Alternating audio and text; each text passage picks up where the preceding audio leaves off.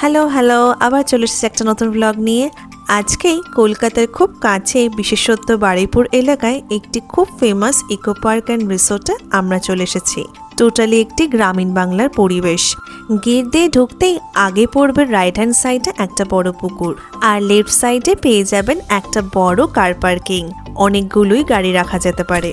তারপরে আসে হচ্ছে এখানকার অফিস ঘরের সামনেই একটা বড় dining hall and games room. Dining hall and games room কিন্তু একসাথেই অ্যাটাচ করা। এবার চলুন আপনাদের স্টেকেশন গুলো দেখাই। ফার্স্টে হচ্ছে ট্রি হাউস। এই ট্রি হাউসটা কিন্তু পুরোটাই উডেন ডেকর।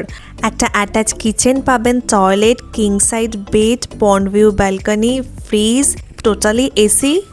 এই ট্রি হাউসের চার্জ হচ্ছে 8,000। আপনারা চাইলেই কিন্তু বার্গেনিং করতে পারে। ট্রি হাউস থেকে বেরিয়ে আসার পরে একটা বড় পার্ক পড়বে, সেখানে দুটো দোলনা পাবেন, সামনে হচ্ছে বড় সুইমিং পুল।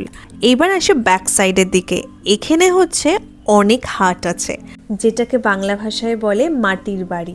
দেখতে মাটির বাড়ি হলেও আসলে কিন্তু মাটির নয়, ওটা কনক্রিটের বাড়ি। এইগুলোকে বলে মাড হাউস। মাড হাউসের চার্জ হচ্ছে 3,500।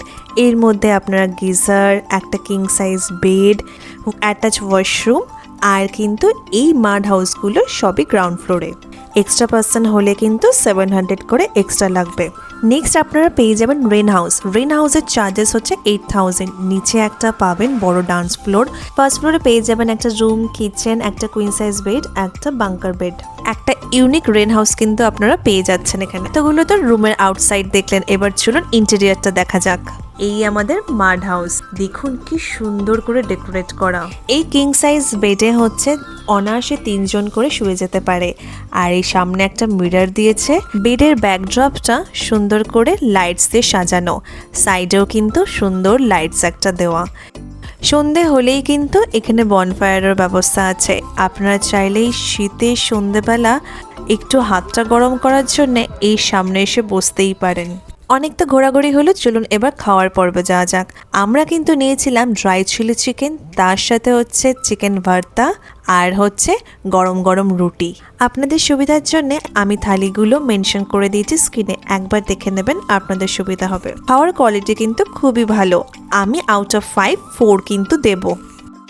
রিসোর্টে খাওয়া ভালো না হলে ঠিক মজা আসে না, তাই না?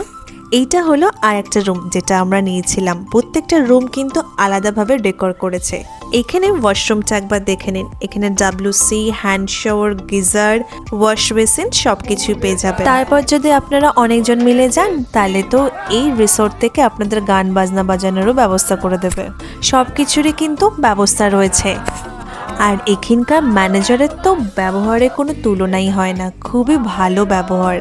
আর তার সাথে সার্ভিস পার্সনগুলোরও খুব সুন্দর ব্যবহার, খুবই হেল্পফুল অ্যান্ড কোঅপারেটিভ। বাচ্চাদের জন্যে সুন্দর দোলনা, সুইমিং পুল, পার্ক সব কিছুই কিন্তু অ্যাভেলেবেল আছে। এটা কিন্তু পুরোটাই ফ্যামিলি ফ্রেন্ডলি একটা রিসোর্ট। আপনারা কিন্তু পেটও নিয়ে আসতে পারেন, পেটও কিন্তু এখানে অ্যালাউড। আপনারা চাইলে picnic, day out, family get together, marriage ceremony, রিসেপশনের মতো অকেশন এখানে করতেই পারেন। শহরে কোলাহল থেকে দূরে প্রকৃতির মাঝে স্টেকেশন কাটানোর জন্য একটি আদর্শ জায়গা এটা। প্রকৃতির মাঝে আমার তো এই রিসোর্ট খুবই ভালো লেগেছে। আপনাদেরও যদি ভালো লাগে, আপনারা যদি বুকিং করতে চান অবশ্যই কিছু টোকেন মানি দিয়ে বুকিং করে নেবেন। আর স্ক্রিনে আমি আপনাদের জন্য ফোন নাম্বার দিয়ে দিচ্ছি, অবশ্যই কন্ট্যাক্ট করে নেবেন যদি আপনাদের এই জায়গা পছন্দ হয়ে থাকে। এই ছিল আমার আপনার কেয়াপাতা নৌকো রিসোর্ট, কেয়াশেটার বাগানবাড়ি।